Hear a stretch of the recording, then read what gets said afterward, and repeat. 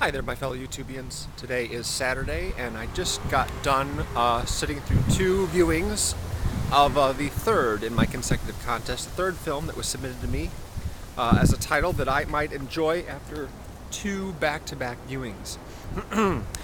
Today was Unaccompanied Minors, which was submitted by the artist Version 1. He's a guy I've gotten to know a little bit.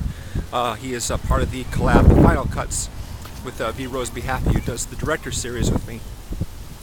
I have to say, I think that Mr. Version 1 and I have very, very, very different tastes in movies. Although I do like the occasional kids movie, or family comedy, or slapstick comedy, this one really didn't do it for me, I'm afraid. And part of it is just the nature of the genre. If it's geared towards very young kids, then a storyline which is very simple and contains lots of sight gags and what have you is probably more appealing than something a little bit more subtle and thought-provoking. I'll give you an example. In this movie, there's a scene in which a couple of kids are running away from a couple of adults, and one of them pushes some baggage in the adult's path. And instead of running around the stuff, as they are perfectly capable of doing, the adults run smack dab into him, which strikes me as being a little silly and more than a little stupid. There's also a fart joke in this movie, just one, but I've never been fond of fart jokes. It just really kind of scraped the bottom of the barrel there, and in fact, I think there's only one good fart joke that I've ever seen in any movie, and that's in Jay and Silent Bob Fight Back, or Strike Back, right? Jay and Silent Bob Strike Back. It's a good one though. It's set up like about half an hour early, which is pretty nice. So, the film is about some kids who are stuck at an airport on Christmas Eve as part of a layover. They don't have anywhere to go while the blizzard is preventing all the planes from taking off. So a few of them break away from the pack and get into all sorts of mischief. And one of the storylines involves a teenager named Spencer who's trying to take care of his little sister. And one of the plot threads is him trying to acquire a present for her to help cover the fact that Santa Claus will in fact be stopping to see her. Now, this whole thing is set up when she asks him, well, how is Santa Claus going to find us if we're in this airport and not at not at home? And he's like, well, don't worry, the Tooth Fairy is feeding him information on where we are. She works for NORAD. And his sister, for some reason, has a flight path for Santa Claus from NORAD right with her and says, oh, Santa Claus will be in this town at 4:30 in the morning. So the kid, Spencer, her older brother, has to find a way to get a good present for her and get it in her hands by 4:30 in the morning to make her continue to believe that Santa Claus is real. Now, here's the bizarre thing, okay? This movie seems really intended for young kids. Not teenagers, but young kids, most of whom probably still believe that Santa Claus is real. And so, why would a movie that's geared towards that audience openly admit that Santa Claus isn't real by having this kid try and cover for the fact that Santa Claus is not going to be giving her a present and getting one for her himself? It just seems a little weird. And then there's this opening shot with the satellite.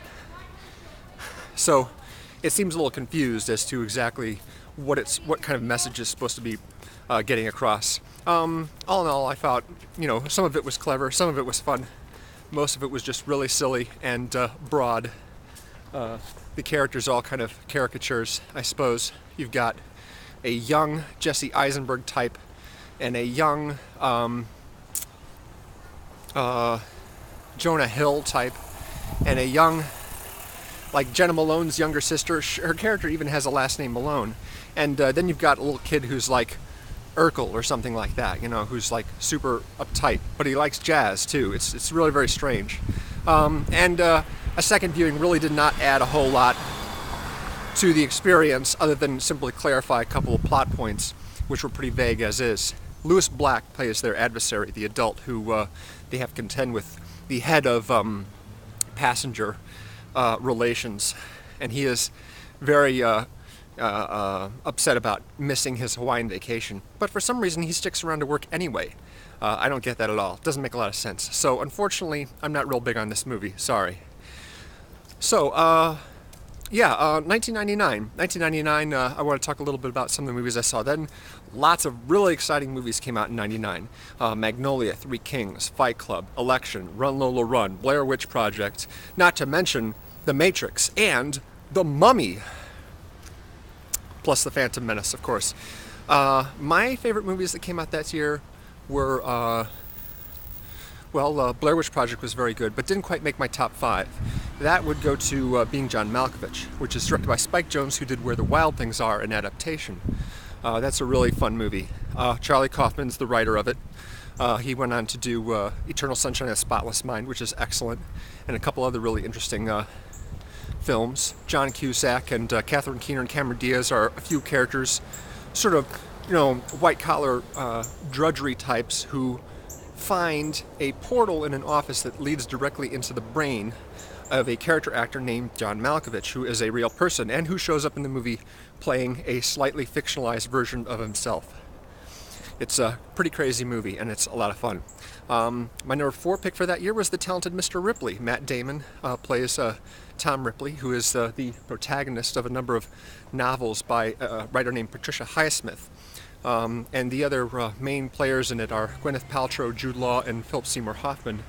And basically involves him sort of adopting an alternate identity just so he can get better friends for the most part. And all kinds of complications ensue when you're forced to tell elaborate lies like that, and he ends up killing at least one person just to cover his tracks.